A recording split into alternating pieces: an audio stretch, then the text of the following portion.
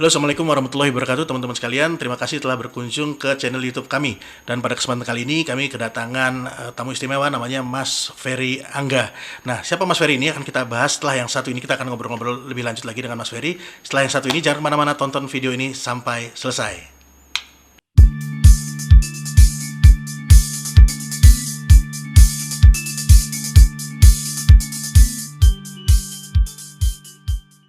Oke, jadi kita masuk ke sesi kali ini, Mas Ferry. Mas Ferry ini kan di Kota Malang sudah cukup terkenal ya, namanya harum, kayak namanya Bu Kartini. Ya. Tapi kan banyak lain kan yang belum kenal gitu loh. Yeah. Dan maka kalau nggak kenal kan bisa dianggap kuper. Jadi supaya nggak kuper kita kenalan dulu. Boleh. Mas Ferry ini, kalau saya ngelihatnya kan Mas Ferry ini adalah seorang yang cukup sukses, masih muda juga, ganteng, kaya.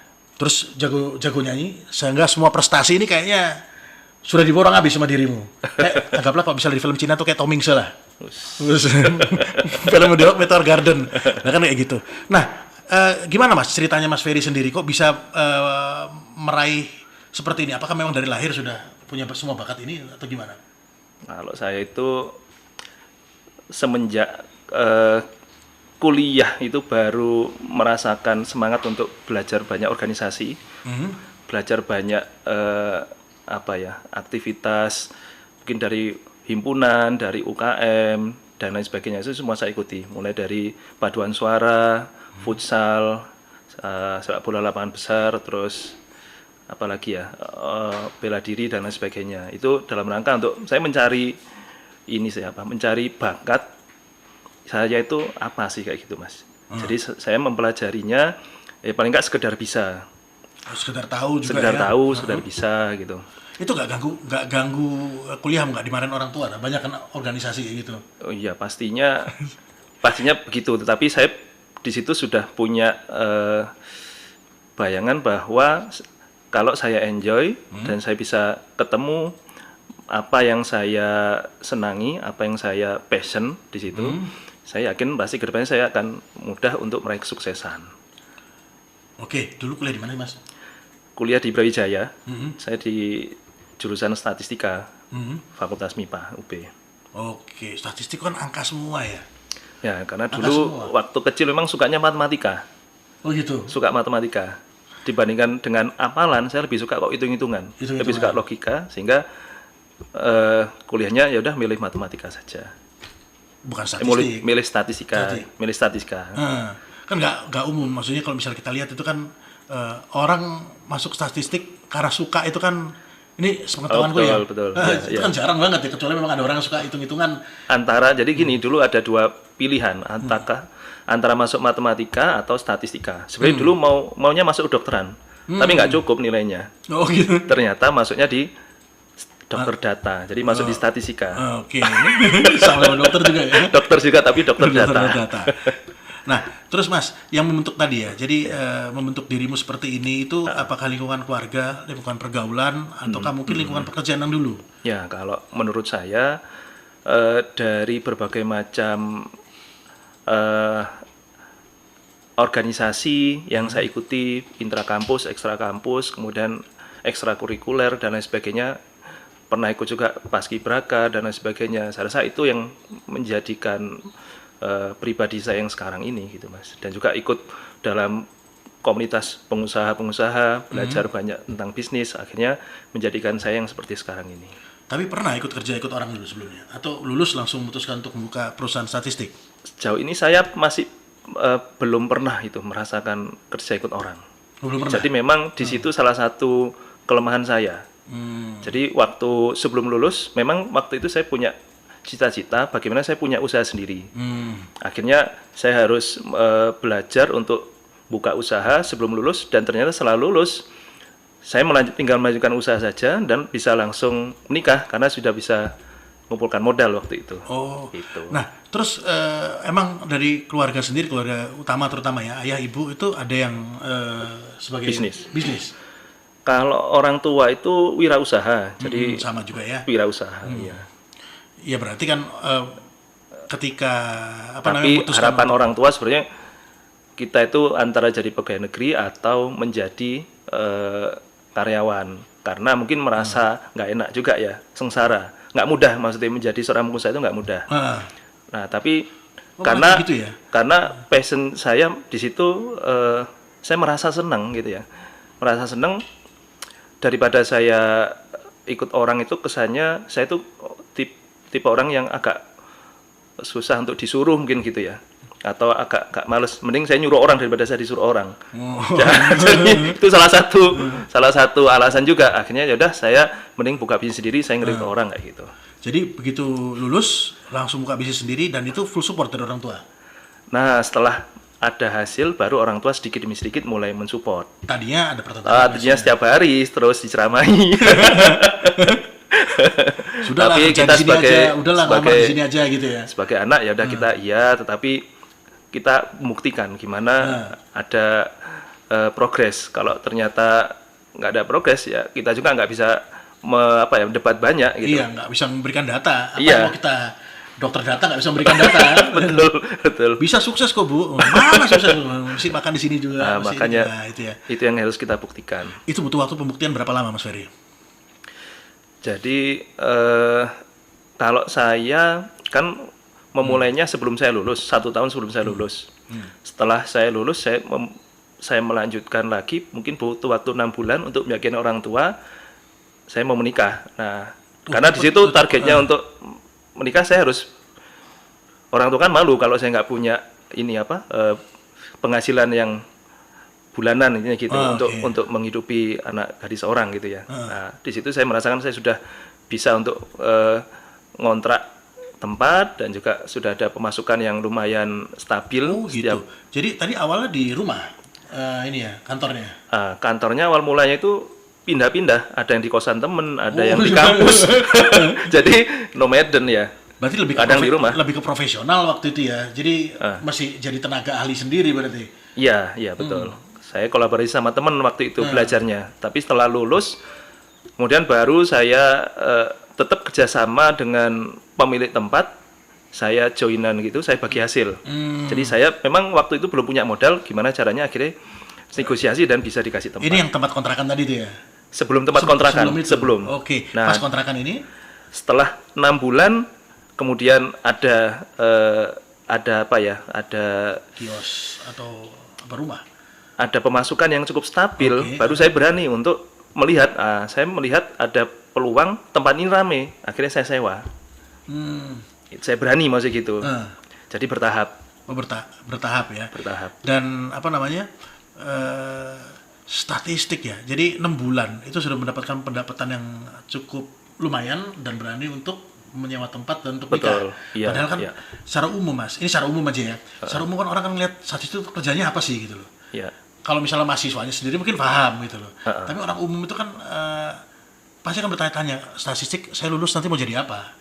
Apakah mau jadi peneliti atau kamu jadi pasti larinya kan ke instansi. Lebih banyak nggak pernah kebayang buka jasa statistik sendiri kayak Mas Ferry secara profesional dan dijadikan bisnis yang cukup besar gitu loh. Ya, betul. Nah, apakah dulu Mas Ferry waktu masih kuliah di kampus statistik ini sebelum lulus sudah tahu nggak sebetulnya bahwa saya bukanya bisnis statistik aja deh? Pada waktu itu nggak ada bayang sama sekali, intinya pingin menjadi seorang pengusaha. Gitu aja, apapun itu nggak ada masalah. Apapun ya? itu. Kemudian pada saat ada momentum, ada program mahasiswa wirausaha. Nah di situ saya di kampus itu ya? Di kampus. Kita bikin bisnis plan. Nah saya belajarnya adalah bareng teman-teman apa nih? Karena memang kompetensinya adalah kuliah di jurusan statistik. Ya udah coba saja dengan membuka jasa analisa data tadi. Ternyata setelah 1 tahun berjalan, saya melihat dengan masih saya kuliah tidak optimal menjalankan, ternyata tiap bulan tuh kok ada selalu kliennya. Nah dari itu saya yakin jika saya lebih serius, saya fokus, otomatis hasilnya akan lebih banyak lagi. Dan ternyata betul seperti ya? itu. Nah iya, kan tapi gini, orang yang datang ke klien statistik itu cenderung klien yang bentuknya seperti apa sih? Karena kayak gini, kan seperti yang tadi kita bilang ya, bahwa orang statistik itu kan nggak banyak tahu kegunaannya sebetulnya apa sih. Padahal kan sebetulnya di dalam kehidupan sehari-hari pun statistik itu kan ada. Contoh, ketika dulu ingat banget tuh waktu masih sekolah gitu ya, kita les atau kita belajar ke guru atau kita di kelas lah ya, kan untuk ujian ada kisi-kisi. Misalnya nanti ujiannya kisi-kisinya untuk materi A, materi B itu kan sebetulnya kan juga termasuk ke dalam statistik juga gitu loh, meskipun statistik terapan ringan lah ya modelnya. Tapi kan ya itu orang nggak banyak yang Statistik, tahu. kalau memahami ilmu statistik itu sebenarnya statistik itu ilmu yang mempelajari cara untuk mencari data, kemudian mengolah data tadi dan mengambil sebuah kesimpulan. Contoh kalau dalam kehidupan sehari-hari sebenarnya kita itu sering kali menerapkan ilmu statistik ini dalam misalkan membeli sesuatu barang. Saya ingin beli HP. Oke. Oh, iya. Beli HP itu kan kita nggak langsung tiba-tiba beli. Biasanya kan kita membandingkan dulu. Atau kita mencari informasi dulu. Harga yang paling murah di toko mana. Atau ada toko di mana saja. Misalkan ada 3 toko. 3 toko tadi kita cari informasinya misalkan di internet. Dibandingkan dia kelebihan kelemahannya apa. Setelah tahu datanya baru kita ambil keputusan. Kita analisa, oh ternyata di toko A yang paling murah, paling bagus dalam pelayanan dan garansi, akhirnya kita ambil keputusan untuk beli di toko A. Nah, itu adalah salah satu penerapan statistika di kehidupan sehari-hari. Iya. Gitu. Nah, tapi dalam bisnis, Mas, jadi klien yang datang tadi, kalau misalnya kayak gitu, contohnya kan, itu kan orang bisa menilai sendiri. Artinya ketika membeli HP, orang membeli kendaraan, biasanya kan gitu, mau beli rumah, atau mau beli barang-barang yang agak konsumtif lah ya, yang premier kan mereka bisa mengira-ngira sendiri. Nah, tadi Mas Ferry bilang waktu kuliah, terus abis itu lulus dari kuliah tuh klien datang biasanya mereka tuh nanyakan apa gitu loh Mas, klien itu.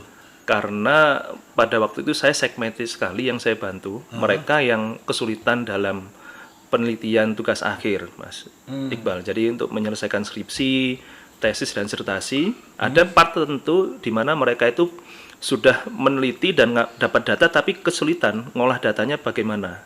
Itu kan butuh ilmu tersendiri. Jadi dalam statistik itu banyak sekali metode yang perlu dipakai. Data tadi itu gimana supaya bisa menjawab pertanyaan penelitian mereka. Akhirnya mereka butuh bantuan. Ada statistik untuk melihat pengaruh, ada statistik untuk melihat hubungan, atau statistik untuk melihat perbedaan antar variabel. Ujinya apa saja, bisa parametrik, non parametrik. Nah, disitulah ilmu statistik digunakan. Dan itu berarti untuk mata kuliah apapun bisa itu ya? Semua ini lebih banyak dipakai untuk teknik mungkin ya? Penelitian yang sifatnya kuantitatif. Oke. Gitu. Ya artinya kalau misalnya teknik itu kan mesti bisa penelitian. Kalau ekonomi banyak sekali. Banyak sekali juga ya? Banyak. Ekonomi banyak. Oh iya, karena kan saya dulu teknik ya, jadi teknik juga di tugas akhirnya juga ada menggunakan statistik, tapi statistik sederhana sih. Oke. Jadi meneliti perumahan waktu itu, jadi lokasi ini gitu loh. Ini yang cocok ini kalau salah tolong dibenerin ya. Jadi dulu itu tugas akhir mau buat perumahan di sini. Nah buat perumahan ini harus survei dulu, jadi survei ke penduduk-penduduk atau calon penduduknya yang mau nempatin di sini kira-kira punya daya beli berapa. Terus habis itu dari zona mana aja, atau dari zona luar, nggak cuma dari penduduk situ. Jadi ada ring-ringnya, ring 1 penduduk sekitar, ring 2 mungkin yang mana, atau yang ring 3 luar kota dan lain-lain. Nah itu dulu kita melakukan hal seperti itu Mas. Ya sederhana aja sih. Sederhana. Jadi, namanya mungkin statistik deskriptif. Atau melihat juga segmentasi bisa kayak gitu tadi. Berarti kan kalau misalnya untuk sebuah perusahaan, baik itu corporate maupun UKM, ini kan sangat membutuhkan sebetulnya. Contoh misalnya aku mau punya rumah makan, mau buka di Kota Malang gitu ya. Misalnya aku orang dari Jakarta, mau buka rumah makan di Kota Malang. Aku bisa nanya kan, Mas Heri, aku mau buka rumah makan yang seperti apa yang cocok di sini. Atau misalnya kalau punya aku misalnya spesialis lalapan ayam. Di Malang gimana? Potensi lakunya. Betul. Terus persaingan gimana? Itu bisa kan? Bisa. Jadi melihat dari sudut pandang para penduduk di Malang atau dari sudut pandang produk ini diterima nggak dengan penduduk di sini. Kayak gitu. Jadi kalau melihat sudut pandang penduduk, rata-rata yang digemari itu apa? Oke. Atau nggak lihat dari segi kompetitor? Misalnya. Iya bisa juga. Jadi banyak sudut pandang yang nantinya mau dipakai untuk sebagai pendekatan. Nah, terus yang melakukan survei dan lain-lain ya lembagamu berarti? FNI ini? Salah satunya bisa FNI atau dari pihak, tapi kan itu untuk layanan yang ke perusahaan ya, layanan untuk bisnis. Layanan untuk bisnis itu mereka butuh survei untuk pengembangan bisnisnya mereka. Nah, survei bisa dari pihak saya yang merekrut surveyor, saya yang mendapatkan data dan menganalisis. Ada juga yang mereka butuh buat kuesioner saja. Ada juga yang sama nyebarin sudah ada data, butuh untuk diolahkan datanya saja kayak gitu. Ya tergantung kebutuhan masing-masing lah. Tapi kalau misalnya dilihat dari tadi ya, dari bisnis yang minta jasanya Mas Ferry sama mahasiswa, mesti banyak kan mahasiswa kayaknya ya. Saat ini memang kompetensi saya masih banyak di mahasiswa. Mahasiswa ya. Masih banyak untuk di tugas mahasiswa. akhir berbagai macam jurusan itu ya. Iya betul. Nah, Karena di situ potensinya masih besar oh iya dong. dan belum ada saya lihat yang sangat mendominasi sebenarnya. Ada tapi tidak sebenarnya si FNI ya mungkin ya. Ya mungkin yang skala-skala besar yang lain ada tapi belum sing kelihatan besar banget gitu. Ya di Malang paling gede untuk di Malang ya. Ya. Di Malang kan FNI yang paling santer lah. Mungkin ya. Nah, kalau di Malang, ya. kalau Ya. mungkin di kota lain kan mungkin ada. Beda masing-masing masih ada. beda-beda. Cuman ini targetnya pasarnya memang kota Malang. Sementara ini terbesar di Malang dan harapannya nasional. Nasional dan ini pun sudah kewalahan ya sebetulnya. Karena kan mahasiswa Ya. Malang kan banyak banget Mas Ferry. Betul. Dari Brawijaya aja ya tahun sebelum pandemi ini penerimaan mahasiswa baru kan 15.000 per tahun. Baru Brawijaya tuh. Ya. Belum lagi IKIP. Kok IKIP sih namanya sekarang UM, apa? ya. UM. Belum lagi dari Unmu, UMM, ya. Unisma, terus dari kampus-kampus yang lain itu kan banyak banget itu. Betul. Jadi pangsa pasarnya pun sangat banyak. Sangat banyak. Yang bermain juga ya kalau yang lembaga sangat sedikit. Mungkin yang personal ada beberapa gitu. Tapi ada plus minusnya ya. Kalau yang personal itu biasanya mereka yang sudah minta dibantu terkadang banyak yang komplain gara-gara ketika permintaannya tidak mampu dikerjakan dengan baik, kemudian ditagih itu akhirnya tidak dilayani dengan profesional. Iya. Tapi kalau lembaga kan dia sudah ada sistemnya, ada jam kerjanya, ada bagian tertentu yang menghandle, ada yang bagian aspirasi, ada yang bagian customer service seperti itu. Ya. Terus Mas, kok namanya FNI sih? Itu bisa diceritakan nggak latar belakang? Kenapa kok namanya FNI? N itu apa dan? Atau gimana? Jadi ada ceritanya tadi kan sebelum lulus saya membuat usaha dengan teman-teman namanya Statistik Center. Setelah lulus kemudian saya buka sendiri. Waktu itu saya dibantu istri juga. Udah nikah? Belum? Calon. Oh, si calon. Ya, mesti calon ya. Namanya Ida. Oke. Nama saya Ferry gitu. Oh. Saya simpelnya aja, jadi gabung aja namanya. FNI gitu, Ferry dan Ida. Jadi kalau ditanya FNI singkatan dari apa? Ferry dan Ida. Kirain ada forensik N apa gitu. Indonesia gitu. Fasilitas Nasional Indonesia atau apa? Ternyata singkatan nama ya. Singkatan nama. Jadi kalau ditanya dari kepanjangannya apa ya? Iya FNI aja lah. FNI aja. FNI Iya, aja ya. betul. Nah, terus kepikiran nggak kalau misalnya dulu kan mesti sama calon, terus nggak jadi nih, berarti namanya ganti dong? Ya karena waktu itu kuat keinginannya. Oh, iya. Jadi sebagai doa juga ya. Sebagai doa juga. Nah ya kan banyak kan orang yang kadang-kadang berpartner itu, oke, ini untuk rencana masa depan, tapi ternyata begitu gagal baper. Ya. Nah baper, dan di baper ini kan juga banyak maksudnya dialami sama banyak pebisnis. Ya. Nah menurutmu gimana Mas? Dirimu kan sudah menjalani FNI ini kan lebih dari 10 tahun ya, berapa tahun? 2010, sekarang 2021, 11 tahun. 11 tahun ya, berarti lebih dari 10 tahun. Ya. Pernah baper? Ya pernah ketika ada tim yang kita hire, kemudian mereka keluar dirikan sendiri, pernah juga saya lewati. Tapi itu kan pasti di awal-awal baper. Di awal-awal. Kalau sudah 7 tahun ke atas kan lebih stabil lah secara emosional. Kalau sudah pernah itu kan jadinya kita itu hal yang biasa lah gitu ya. Jadi nggak perlu baper lagi. Mungkin kalau di awal-awal itu masih normal baper itu. Iya betul. Ya. Ya sama kayak ada teman kita Yusron ini kan ya juga kan sering ditolakin cewek, jadi akhirnya terbiasa nih. Akhirnya sudah umum lah, buat tembak sana tembak sini. Iya. Nah, gitu. Nah, ini kan masalah baper ini kan sering dihadapin sama banyak orang, nggak cuma pebisnis ya. Tapi kalau kita lihat dari sudut pandang entrepreneurship, orang yang baper ini itu kan sulit Mas untuk berkembang. Artinya ketika dihadapi sama tembok masalah, ciut, baper. Atau emosi, atau stabil, atau akhirnya dia memutuskan untuk menghindari dari masalah, bukan untuk menghadapi masalah tersebut. Nah, kalau dari Mas Ferry lihat sendiri ya, dari sudut pandang statistik lah, berapa persen orang, misalnya dari 100 orang, 100 orang yang bisa sukses menjalankan bisnis, maksudnya yang sukses ini kalau dilihat dari nominal mungkin sangat kaya lah ya, sangat kaya, moderat atau biasa aja, cukup sama yang susah kalau dari 100 orang. Terus kenapa kok mereka bisa sukses? Kenapa? Terus ada membedakan apa dengan mereka yang biasa-biasa aja atau mereka yang kurang? Nah, Mas. Kalau dari data itu kan yang pernah saya pelajari itu hanya 4% saja yang mampu bertahan dalam 10 tahun untuk menjalankan gitu ya? bisnis ya. 4% atau dari 100 hanya 4 saja yang dia mampu bertahan. Yang lainnya tutup gitu. Yang lainnya ya banyak yang tutup, banyak yang berubah bisnis dan lain sebagainya. Gila, 4% ya. Jadi 144 orang itu 10 tahun masih hidup. Iya, yang akhirnya bisnisnya terus menanjak semakin besar gitu.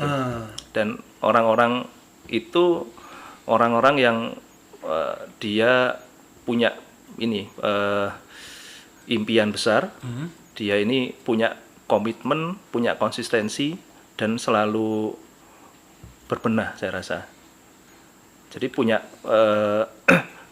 banyak hal yang tidak dimiliki sama orang-orang. Misalkan banyak sekali kendala, tapi dia menjadikan itu sebagai lompatan untuk dia belajar menjadi lebih baik lagi.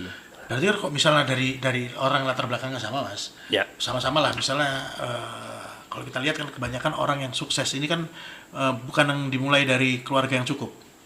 Kebanyakan ya. Contoh kalau kita lihat tokoh-tokoh dunia kayak mungkin Bill Gates, terus banyak yang siapa pendiri Apple itu, Steve Jobs dan lain-lain ya. Itu kan banyak yang mulainya bukan dari keluarga yang super kaya atau yang biasa-biasa aja gitu loh. Nah, tapi mereka bisa berhasil gitu loh. Ya. Nah, ini kan juga tadi mungkin ada kaitannya juga sama yang Mas Ferry katakan bahwa hanya 4% atau 4 orang dari 100 orang yang usahanya masih survive pun bertumbuh. Ya, saya meyakini ini Mas Iqbal.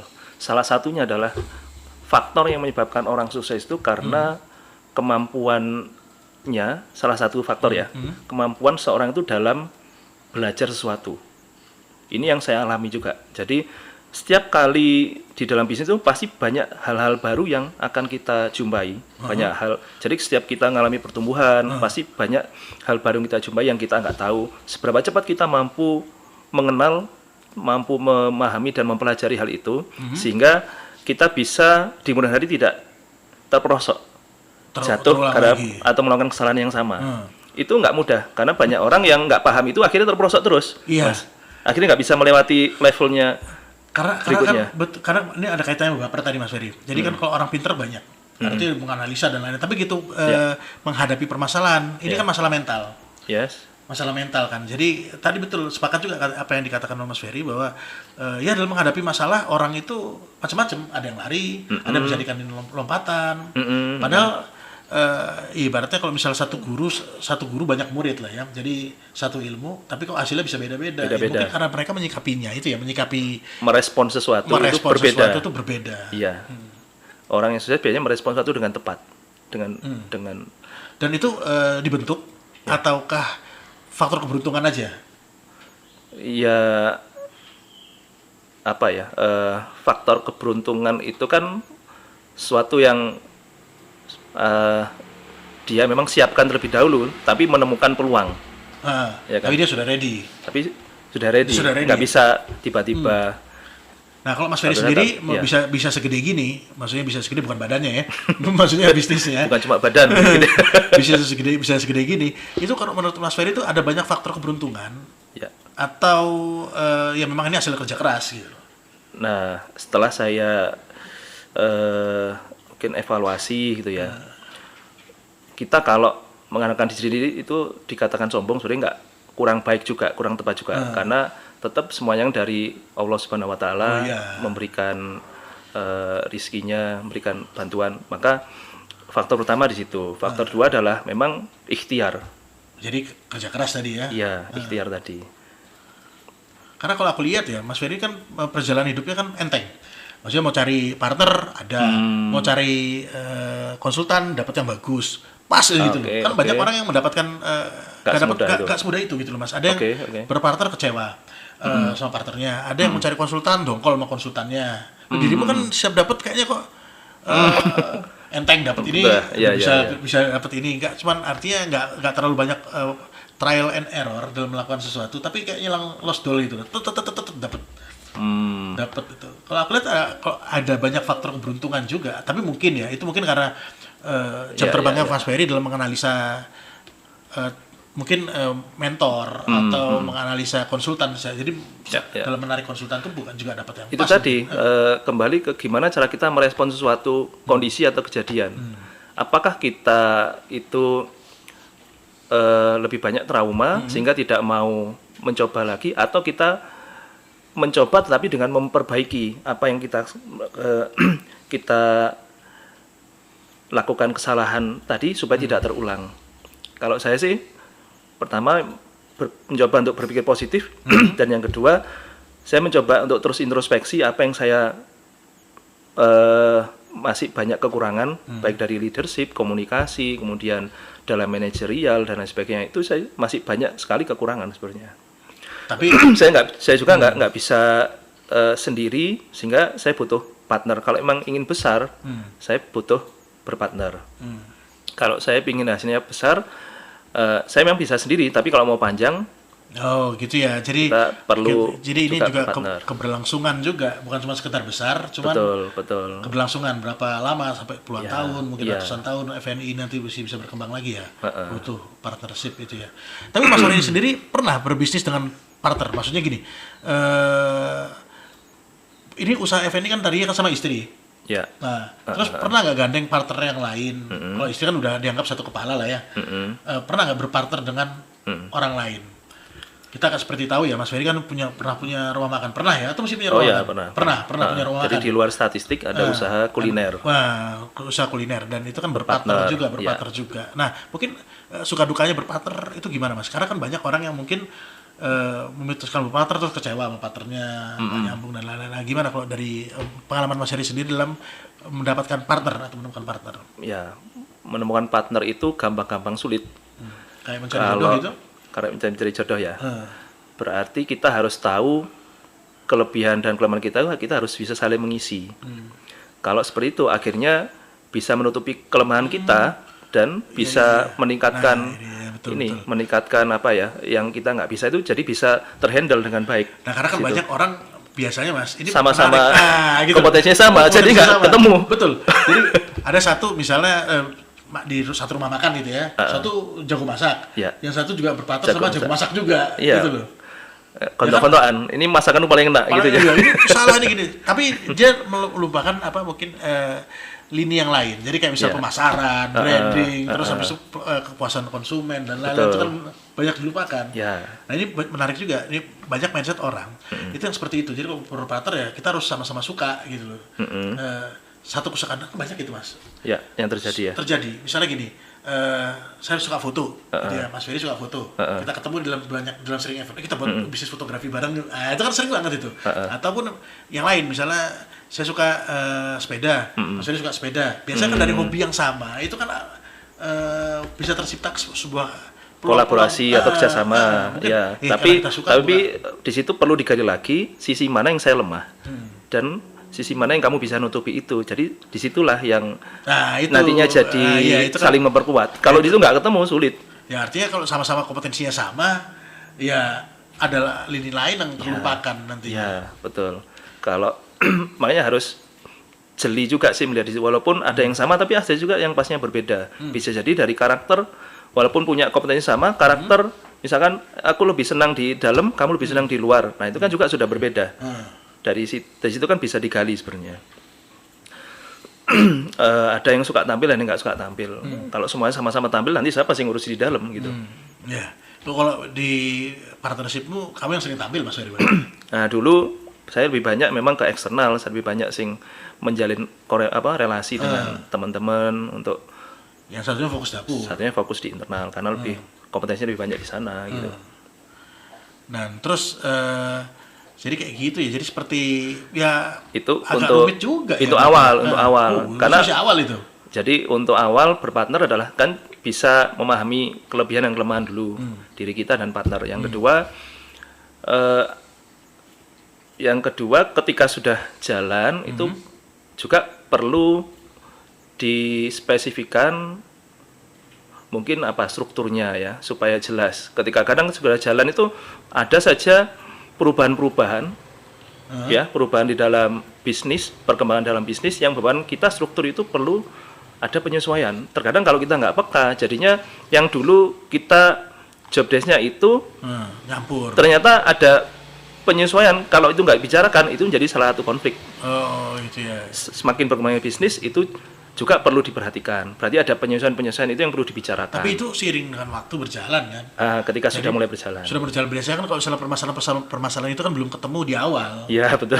Begitu sudah ketemu. Kalau di awal itu tadi itu aja. Ya, itu ya nanti berjalan. Tapi kan juga berarti harus dua belah pihak ini atau beberapa pihak yang berpartner ini kan harusnya berlapang dada juga gitu kan. Iya, kompromi. Jadi komunikasi baiknya bagaimana. Nah itu pentingnya komunikasi untuk mengambil solusi yang terbaik seperti apa. Komunikasi sangat penting sekali juga komunikasi. Kalau jarang komunikasi, nah ini jadinya nanti apa ya hati nanti jadi apa ya istilahnya baper ya. Wah, itu baper lagi. Karena nggak pernah disampaikan. Kalau kita komunikasi baik, artinya ketika ada sesuatu yang ganjel langsung disampaikan supaya meminimalisir adanya konflik. Tadi ya. Jadi memang harus terbuka. Terbuka juga. Nah, terus Mas Ferry, kembali ke masalah statistik dan kegagalan tadi. Okay. Nah, banyak orang, ini banyaknya ya nggak pernah hitung juga ya secara detail. Cuman banyak orang bilang bahwa kalau misalnya mau jadi pebisnis yang gede atau bisnis yang mau gede, mau sukses, ya harus banyak kegagalan dulu. Oke. Banyak gagal, banyak gagal, maka punya peluang besar untuk sukses, atau peluang sukses itu lebih besar. Nah, menurut Mas Ferry, tanggapan seperti ini gimana? Mas Ferry sendiri pernah nggak ngalamin kegagalan? Saya cukup sering ya. Saya buka bisnis itu mungkin bisa 10 kali brand yang saya buka dan banyak juga yang 10 kali yang gagal gitu ya. Oh iya. Kalau yang aku tahu cuman produk ayam itu sama FNI ini. Ternyata banyak juga ya yang dicoba. Iya, di luar itu buka bisnis kecil lain. Contoh seperti apa Mas? Yang nggak pernah kedengeran nih. Yang nggak pernah kedengeran, salah satunya bikin ikan pe. Oh itu kuliner juga? Kuliner. Beda brand tapi? Beda brand. Oh, Oke. Bikin nasi goreng. Nasi goreng itu lebih dari satu. Ada nasi goreng hijau, ada yang nasi goreng jupuk dewe, ada yang apa ya lah, nasi kulit. Jadi waktu di Cakper tuh juga sempat buka beberapa brand ya gitu. Dan ternyata under manajemennya Cakper. Tapi masih di bawahnya Cakper. Dan banyak juga yang gagal lah intinya gitu. Nah, itu kalau yang di bidang kuliner. Pernah juga sebelum saya ke Cakper, saya buka fotokopi. Dan itu juga tidak berjalan. Pernah juga saya buka bakso pedetnya Mas Heri, itu juga nggak bisa ngelola. Karena nggak ada waktunya tadi, nggak ada SDM-nya. Akhirnya ya tidak bertumbuh. Ya udah saya close juga. Jadi lebih banyak yang 10 bisnis tadi itu, yang 10 brand itu lebih banyak kulinernya ya? Banyak kuliner. Lebih banyak kuliner. Nah, terus apakah itu dengan tanggapan tadi bahwa harus gagal dulu, baru bisa kita sukses? Ya, itu gimana? Itu ada benernya, ada benernya. Jadi dari gagal-gagal tadi kan kita banyak pembelajaran, banyak hal yang kita itu tidak bisa. Kemudian di bisnis berikutnya ketika ketemu hal yang sama, masalah yang sama, kita sudah tahu solusinya. Nah, jadi itu ada benernya. Jadi apakah orang yang itu harus gagal? Belum tentu juga. Kadang kalau dia kan bisa belajar dari kegagalan orang lain. Tidak harus dia alami sendiri gitu ya. Tapi kan kebanyakan orang biasanya tambeng, Mas. Biasanya kalau dikasih tahu ini nggak bisa. Bisa. Begitu coba, lu kan bisa, lah kan nggak bisa kan. Terus ya dongkol. Ya, ada tipe-tipe orang yang dia itu harus merasakan sendiri. Ada tipe orang yang dia mendengar orang itu percaya. Itu internal ya. Jadi maksudnya karakter orang beda-beda ya. Bisa jadi dia untuk mendengarkan omongan Mas Ferry nggak didengar, tapi mendengarkan orang lain didengar juga. Betul. Padahal konteksnya sama gitu loh, sama tentang ini gitu loh.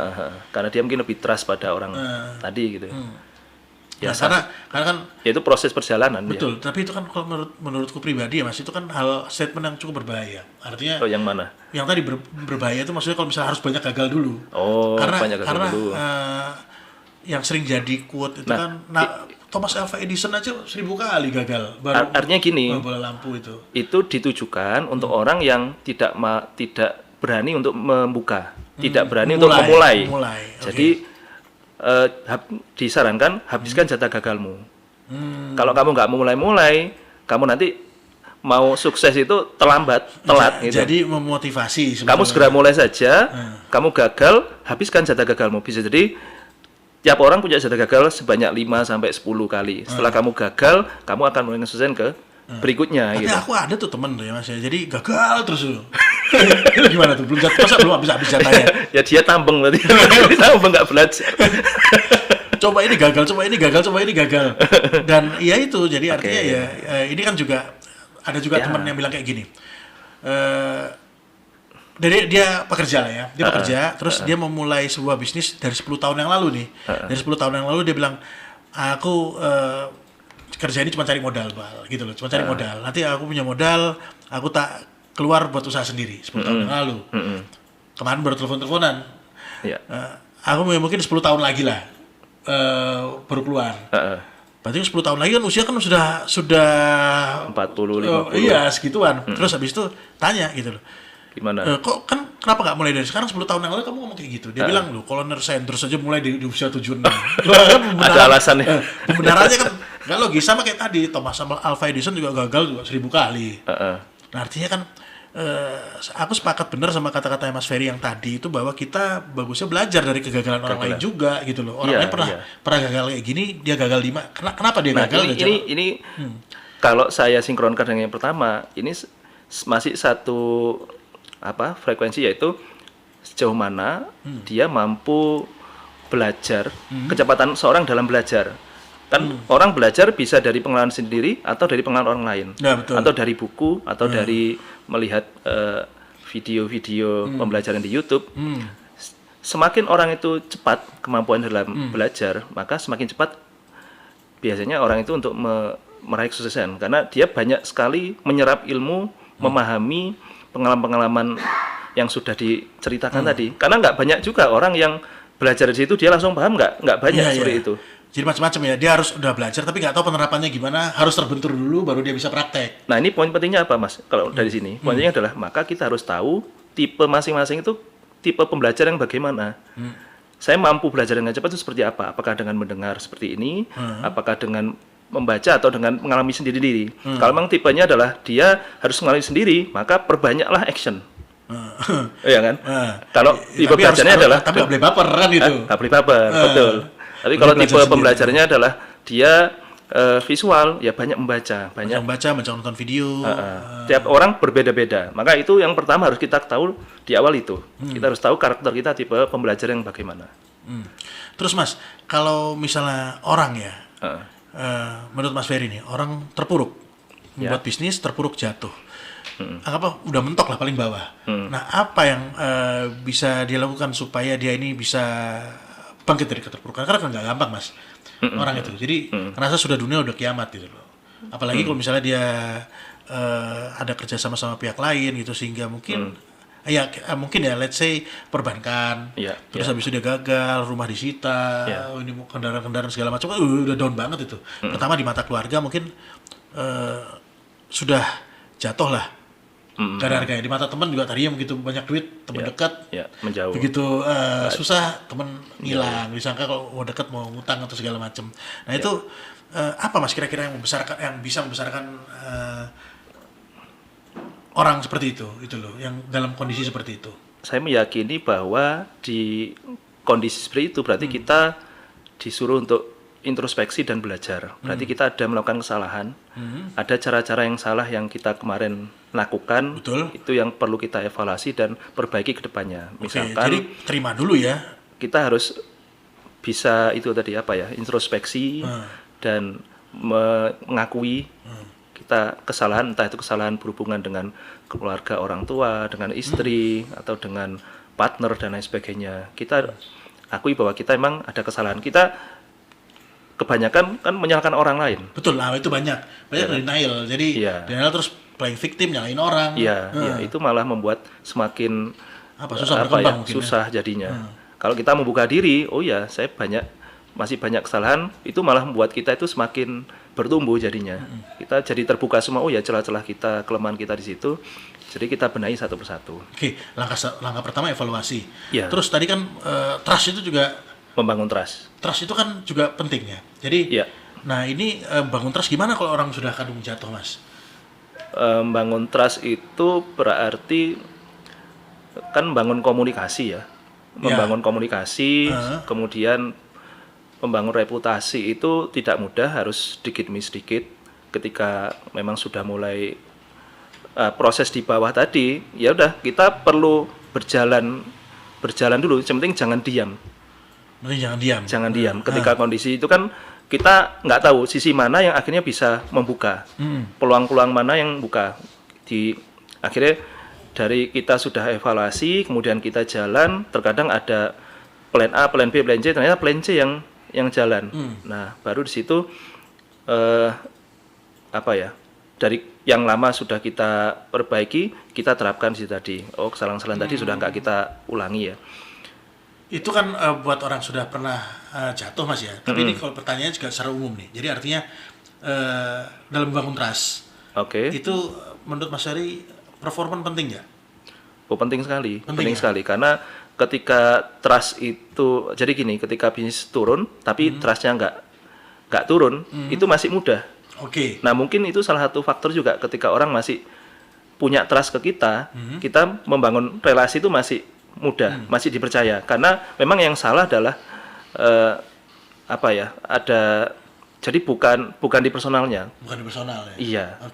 Nggak performan, Mas. Maksudnya performan tuh kayak gini.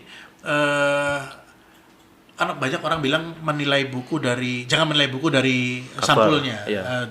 Don't judge book by its cover. Kan itu kan, from its cover. Nah, banyak orang kan melihat bahwa ini terutama teman-teman yang di kota-kota besar. Jadi ketika menghadapi klien ya tampil harus rapi. Oh, rapi jari lah pokoknya. Optimis, pakai jam merek, kalau perlu dia nyawa mobil gitu loh biar pas presentasi atau pas datang untuk kelihatan dipercaya. Nah, itu membangun kepercayaan, membangun trust ini kan dalam rangka membangun trust ya. Karena kalau misalnya ya anggaplah Mas Ferry lah ngomong proyek ratusan juta gitu ya. Statistik apa dimintain Mas satu lembaga, nilainya ratusan juta, Mas Ferry datangnya naik gokar gitu, atau naik ojek online, atau mungkin naik angkot, atau naik sepeda, atau naik sepeda motor. Itu kan pasti orang mikir ini kalau kita bicara nggak percaya menilai dari buku, dari sampulnya itu ya. Mau ngomong ratusan juta katanya perusahaan gede. Itu gimana, Mas? Tapi karena kita menyalahkan juga, tapi aturan main yang berlaku kayaknya seperti itu gitu. Ya, trust itu penting, tapi trust mungkin bentuknya macam-macam. Contoh kalau di bisnis itu, setiap bisnis kan harus bangun trust ke konsumen ya. Betul. Bagaimana bisnis itu kompeten, bagaimana bisnis itu layak, jadi sesuai dengan segmen konsumennya. Misalkan kalau konsumen makanan, memang rasanya enak, tampilannya menarik dan lain sebagainya. Bangun trustnya, apakah dia harus punya mobil? Ya nggak harus. Yang penting kan bagaimana bisnisnya tadi terlihat menarik, bagus terus, di mata konsumennya. Terus yang ownernya juga rapi, paling nggak kan gitu ya. Kalau memang itu jadi, ke konsumen mungkin bisa jadi tidak terlalu butuhkan, tapi kalau ke investor, ke itu butuh juga. Karena ini, Mas, aku pernah ya, dulu itu beli makan di fast food, dulu waktu SMA, itu yang jual pakai singlet. Fast food ternama itu, branded. Kan ayam goreng lah. Langsung ya nggak pengen beli lagi di situ. Jadi jualannya pakai singlet tuh, pas mungkin lah jualannya. Jualan gitu. Wah, itu itu benar. Konsumen kan maksudnya gini, kalau ada karyawan yang tampil kan, bukan dia yang lain sendiri. Kalau dia yang lain sendiri ya pengaruh juga ke trust konsumen. Kayak gini kok, pakai singlet tuh. Iya. Pas kipas mungkin subuh AC-nya mati gitu. Akhirnya sekali beli di situ terus besoknya nggak beli lagi. Iya, betul. Berarti kan mungkin ya tadi ya. Trust itu penting, Mas. Trust itu sangat penting. Tinggal disesuaikan dengan untuk siapa gitu. Nah, terus abis itu bagusnya kalau udah jatuh kayak gitu, Mas, itu membangun relasi baru, meninggalkan yang lama, atau tetap mencoba memaksakan kepercayaan, bukan memaksakan lah ya. Ya sebenarnya memaksakan juga sih kepercayaan ke orang-orang yang lama. Karena kalau mencari yang baru kan lebih susah. Yang lama mau gandeng yang lama lagi ya butuh kepercayaan lagi dari yang lama karena mungkin sudah jatuh ya Kalau kepercayaan. Nah, gimana? jadi gini, kalau ada beberapa mungkin teman yang akhirnya trust-nya menurun ya. Untuk menaikkan itu butuh waktu. Tapi untuk beberapa teman yang mereka ini tidak bermasalah di trust, nah itu lebih mudah. Otomatis kan itu diprioritaskan lebih dahulu. Kalau yang butuh waktu, ya nanti biar ini ketika sudah berjalan dan dan dilihat memang sudah tidak ada kendala lagi, masalah dulu sudah tertutupi, itu pasti akan kembali dengan sendirinya. Jadi itu butuh waktu juga, pembuktian juga ya? Iya, Juga. Itu kalau mau dipaksakan ya butuh waktu, yang sulit waktu. juga, nggak bisa dipaksakan. Berarti ya yang mau bantu kita open, terus kalau enggak yang belum itu butuh pembuktian Kita nggak perlu memaksa, kita betul. cari yang lain. Betul. Nah, Mas Ferry, ini sebagai penutup juga ya perbincangan kita kali ini. Lu nggak terasa udah hampir 1 jam. Perlu ngomong gini. Nah, Mas Ferry mungkin punya tips nggak untuk orang yang membuka usaha banyak ataupun untuk teman-teman yang baru, terus sama tips mungkin untuk orang-orang yang untuk menghindari kegagalan. Jadi buat usaha baru sama supaya nggak gagal tuh gimana aja? Apa yang harus dilakukan? Biasanya kalau yang buka usaha baru itu mereka takut rugi, ya, atau biasanya pertanyaan paling banyak adalah bingung mau memilih ide bisnis apa kalau orang baru. Maka mulailah dari passion, mulailah dari paling mudah lah mungkin menemukan masalah apa yang ada di lapangan. Ya. Itu bisnis baru ya. Jadi bisa beberapa pendekatan, mau yang mana. Kalau memang menemukannya adalah saya ketemu ada potensi masalah misalkan jualan masker dan itu saya bisa menyediakan, itu jalankan aja dulu gitu.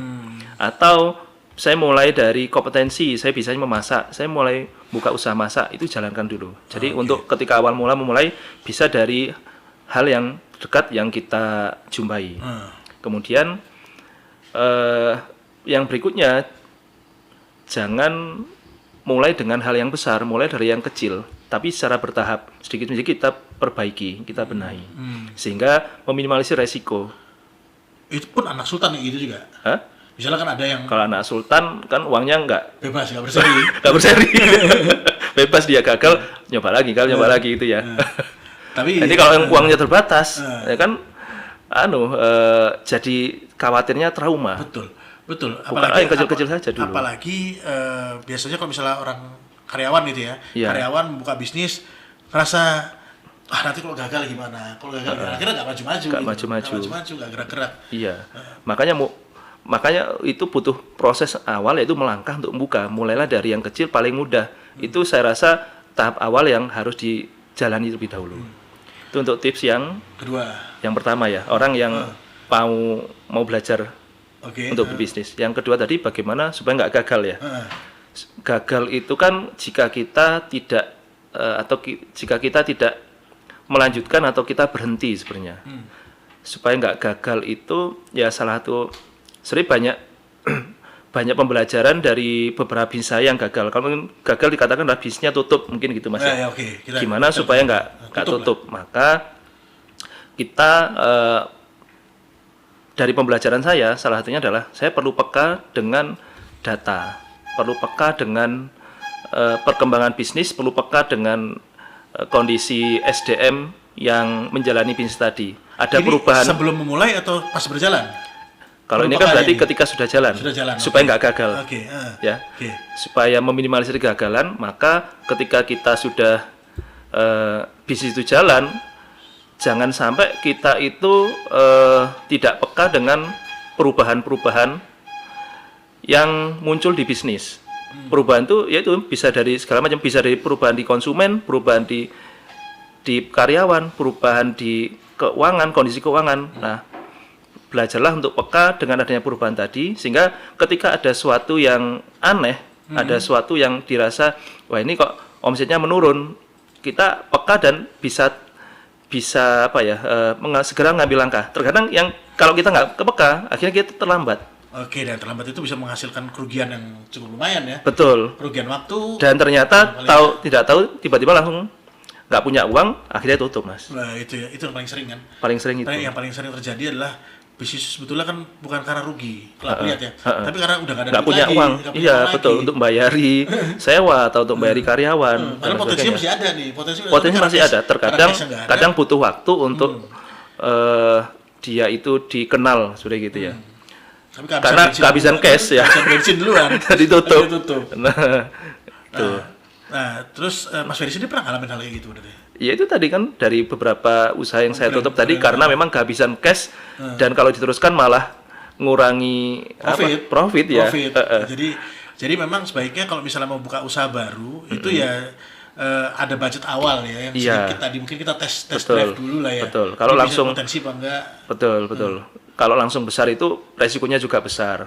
Maka mulai dari yang kecil, resiko kecil kita supaya bisa bertahan lama untuk bisnis itu bisa bertumbuh. Karena kadang masing-masing bisnis butuh waktu yang berbeda-beda untuk Beda-beda bertumbuh. betul. Tergantung operatornya juga mungkin ya. Iya. Siapa yang menjalankan Iya, beda. betul. Meskipun mobilnya sama, Iya. yang nyetir kita sama yang nyetir mungkin siapa pembalap Balap, pembalap Berbeda. Beda pasti ya. betul. Oke Mas Ferry, terima kasih banyak atas kesempatan kita ngobrol nanti. Ya, Sebetulnya panjang sama-sama, Mas, banyak Iqbal. masih mau diomongin. Cuman supaya nggak terlalu panjang, Panjang. jadi kita batasin dulu. Nanti kita akan ngobrol lagi mungkin kalau Mas Ferry masih ada waktu ya, ada kesempatan Boleh, kita akan Mas. ngobrol panjang lagi masalah yang lainnya mungkin yang Oke, lebih menarik. semoga bisa memberikan manfaat buat teman-teman yang nonton nanti. Terima kasih banyak Mas Ferry. Begitu teman-teman sekalian, diskusi kita santai dengan Mas Ferry Angga pada kesempatan kali ini. Semoga bermanfaat buat teman-teman sekalian, terutama buat kami pribadi sebagai pengingat diri. Kami mundur diri dulu. Assalamualaikum warahmatullahi wabarakatuh. Waalaikumsalam warahmatullahi wabarakatuh.